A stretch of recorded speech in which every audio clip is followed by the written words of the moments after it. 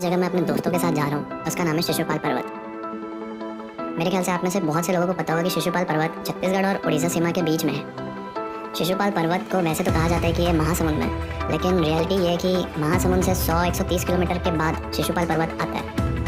तो जो भी नेचर लवर्स हैं या फिर ट्रैकर्स हैं, उनके लिए ये पॉइंट काफ़ी खूबसूरत होने वाला है।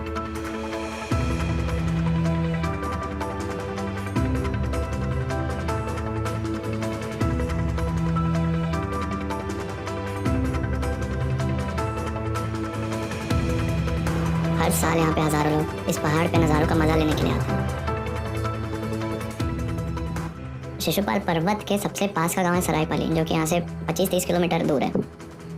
और जिस खूबसूरत पहाड़ी श्रृंखला पे शिशुपाल पर्वत है, उसे कहते हैं बूढ़ा डोंगर।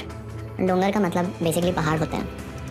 और शिशुपाल पहाड़ लगभग 10 किलोमीटर में फैला हुआ है। तो इस पहाड़ के ईस्टर्न साइड पे, मतलब पूर्वी भाग में, एक वाटरफॉल है जिसको घोड़ाधार कहते हैं। ये वाटरफॉल वैसे तो सिर्फ मानसून के सीज़न में आपको देखने को मिलेगा, बाकी सीज़न में ये सूखा रहता है। इस घोड़ाधार वाटरफॉल की हाइट लगभग 300 मीटर है।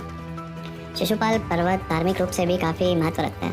तो दोस्तों, जैसे ही आप पर्वत के आधे दूरी पर पहुंचेंगे, आपको एक छोटा सा सफ़ेद रंग का मंदिर दिखेगा, जो कि है पंचमुखी हनुमान मंदिर। अगर आप इस मंदिर तक पहुंच गए तो आप मानिए कि आपने आधी दूरी तय कर लिया। फिर पर्वत की चढ़ाई के बाद भी एक महादेव जी का मंदिर है, जो कि यहाँ के आसपास के लोगों के बीच में आस्था का केंद्र है। यहाँ पे मकर संक्रांति और महाशिवरात्रि में मेला भी लगता है। इसे देखने के लिए उड़ीसा और छत्तीसगढ़ के काफ़ी सारे लोग एकजुट होते हैं। ये जो मेला लगता है, उस जगह का नाम है घोड़ाघाट। तो वैसे शिशुपाल में शनिवार रविवार को काफ़ी ज़्यादा भीड़ होती है। रायपुर से अगर इसकी दूरी देखें तो ये लगभग 160-170 किलोमीटर पड़ता है। तो दोस्तों, इस वीडियो को देखने के बाद अगर आपका भी मन यहाँ पे आने का हो रहा है, तो कुछ टिप्स ये हैं कि जब भी आप इस पहाड़ पे चढ़ने के लिए आएँ, तो अपने साथ अच्छे ग्रिप वाले जूते रखें। अपने एक बैग रखें जिसमें 2-3 बॉटल पानी हो कम से कम।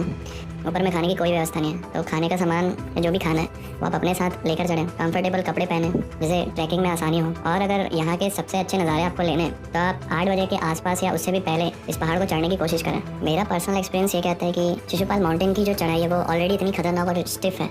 तो अगर किसी तेज़ बारिश के दिन में अगर आप यहाँ पे आ रहे हैं, तो यहाँ पे आना आप बिल्कुल अवॉइड कीजिए मानसून में। मतलब मानसून के किसी बारिश वाले दिन यहाँ पे मत आइए, क्योंकि पहाड़ के चट्टानों पे फिसलन ऑलरेडी बहुत है। और बीच बीच में कुछ ऐसे रास्ते भी दिखेंगे जहाँ पे रास्तों के बीच चट्टानों पे आपको पानी बहता हुआ दिखेगा, जिसको आपको क्रॉस करते हुए जाना है।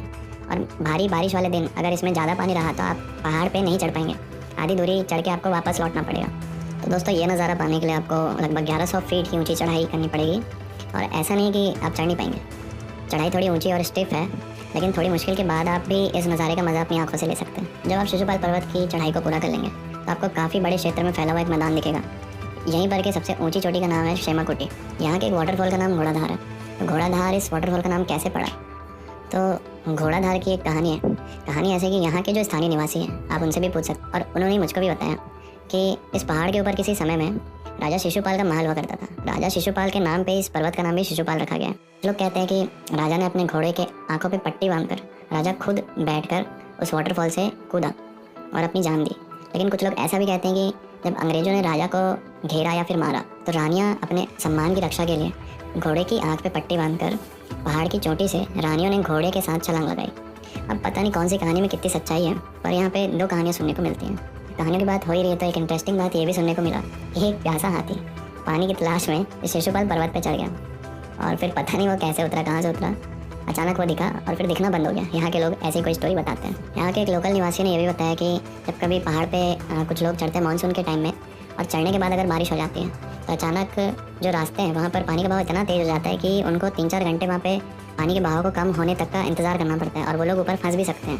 तो अब मानसून में अगर आ रहे हैं, तो किसी ऐसे दिन ना आए जिस दिन बारिश होने की संभावना है, वरना आप भी या तो आधी दूरी से वापस आएंगे, या तो अगर आप चढ़ चुके हैं तो हो सकता है कि बहुत लंबे समय तक आप फंस भी जाएँ। ये काफ़ी रिस्की भी हो सकते हैं।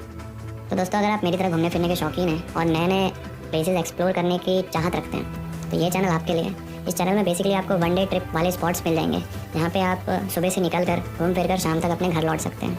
तो उन जगहों की जानकारी के लिए आप इस चैनल को सब्सक्राइब करके इस चैनल से जुड़े रह सकते हैं। अगर आपको ये वीडियो पसंद आई तो चैनल को जरूर सब्सक्राइब कीजिए।